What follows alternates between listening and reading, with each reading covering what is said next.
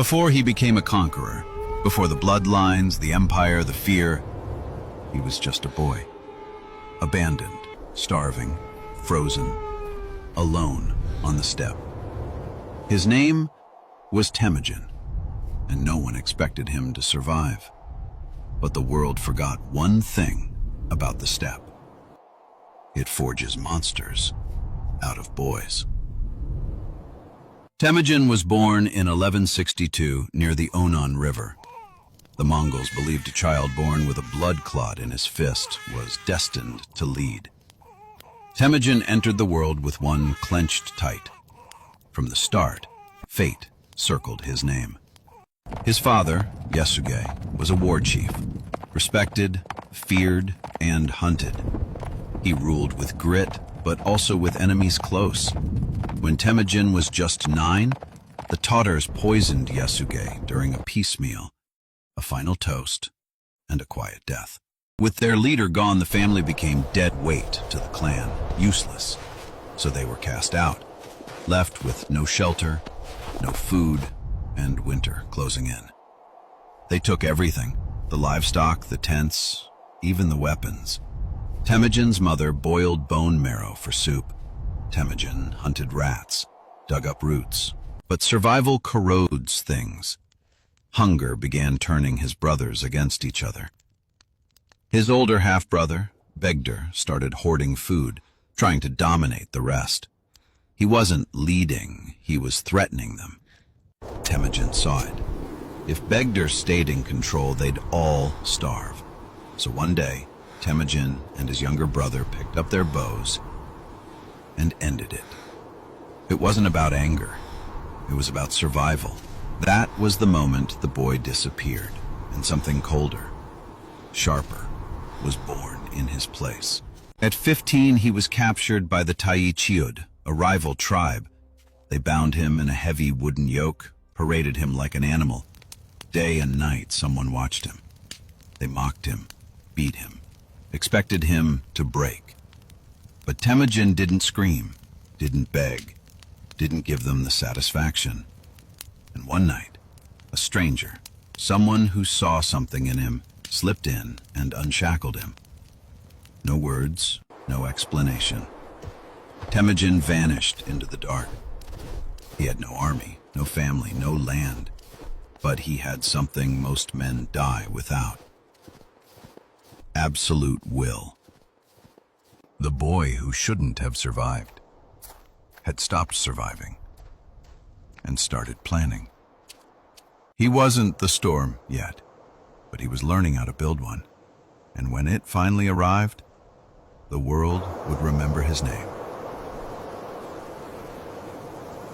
Temujin had escaped the yoke, but freedom wasn't peace. It was exposure. Out on the steppe, no tribe meant no shelter, just wind, wolves, and wandering enemies. He was still hunted, still alone. But Temujin wasn't looking for comfort. He was looking for power. And the steppe only respects one kind of loyalty, the kind sealed in blood. So he returned to a face from his past. Jamuka, his Anda, blood brother by childhood oath. They had played together, hunted together, shared dreams of uniting the tribes. Two sons of Mongol chiefs imagining a world bigger than horses and herders. Jamuka welcomed him like a brother. Warm fire, open arms, but in the shadows, things had changed. Temujin had lived with hunger, betrayal, exile. He no longer dreamed, he calculated. He wanted to build a new steppe, one ruled not by noble blood, but by loyalty, merit, and law. Jamuka didn't see a partner. He saw a threat, because he still believed in the old ways. Bloodlines, hierarchy, fear. The oath still held, but the bond, it was already breaking. He was not waiting. He didn't care for titles or bloodlines. Temujin gathered followers, not from nobility, but from necessity. Outcasts, former slaves, hunters, men with nothing to lose and everything to prove.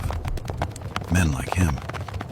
They weren't chosen by lineage, they were chosen by loyalty. Temujin gave them what no Khan ever had: respect, structure, and purpose. He gave ranks based on merit, not birth. And for the first time in Mongol memory, the poor had a banner to ride behind. But Jamuka saw it differently. His blood brother was raising an army, not of tradition, but of rebellion. An army that didn't bow to the old ways or to him. So the oath cracked, and the war began. Jamuka summoned the nobles, those who still clung to power by name, not strength. He raised an army 10 times larger, polished, mounted, cruel. The old steppe, riding to crush the new. At 22, Genghis Khan faced his first real war. History remembers a conqueror, but it began with a boy, still called Temujin, chasing unity through a land soaked in betrayal and division. But the steppe would not bend quietly. His ranks were fewer but unified. They fought not for a name, but for a future. Steel clashed on dawn-lit plains, dust swallowed the sky, and for the first time, brother fought brother on the steppe. Jamuka's nobles showed no mercy. Captured men were burned alive, others boiled to death in cauldrons. Victory wasn't about who stood last. It was about who could stomach what it took to rule. And Temujin watched it all. His dreams scorched into memory. His resolve hardened like the land beneath him. The steppe had changed, and so had he. Betrayal, humiliation, defeat. This is where most stories end, but his was just beginning. The man who would one day be called Genghis Khan had just suffered the unthinkable. His army crushed. His blood brother Jamuka, the man who once swore loyalty, now paraded Temujin's captured men like trophies. 40 of them were beheaded, their heads piled high as a warning to anyone who still believed in him. Temujin was no longer a threat. He was a fugitive. His alliances fractured, his reputation in ashes. Mongol tribes that once followed him scattered, fearful that siding with him meant certain death. But Temujin wasn't broken. Not yet. In exile, he studied, not scrolls, but people. He began to understand that strength alone wasn't power. Unity was. Discipline was. A shared vision was. He started building something new, something no Mongol chieftain had ever dared attempt. A nation of equals. Not just bloodlines and titles, but merit. And while Jamuka ruled with fear, Temujin began preparing for something far greater. The man they thought they had buried was learning how to rise. The time for reckoning approaches. Temujin vanished from the battlefield, but he didn't disappear. He was preparing for his next move. In exile, Temujin began to recruit from the bottom of Mongol society. Orphans, slaves, abandoned warriors. He abolished aristocratic privilege, making leadership based on merit, not blood. He created a loyalty-based command structure. 10-men units, grouped into hundreds, then thousands, all sworn to him personally. By 1196, he saw his first chance to re-enter politics. The Jin dynasty wanted help crushing the Tatars. Temujin joined the campaign and proved himself brutally effective. The reward? He was officially given the title Zhao, commander of 10,000. He was back. But this time, not as a tribal chief, as a rising power in the eyes of empires. And his next move? Revenge on Jamuka. I gave mercy once. I won't make that mistake again. By 1196, Temujin had a title, imperial recognition, and something far more dangerous: momentum. The Jin dynasty called him Zhao, commander of 10,000. But on the steppe, he was building something larger. An army of outcasts had become a war machine. His first target? The Taiyi Chiyud, one of the clans that once betrayed him. He crushed them, then turned on the Merkits, who had kidnapped his wife years ago. Gone. But one name still burned in his mind.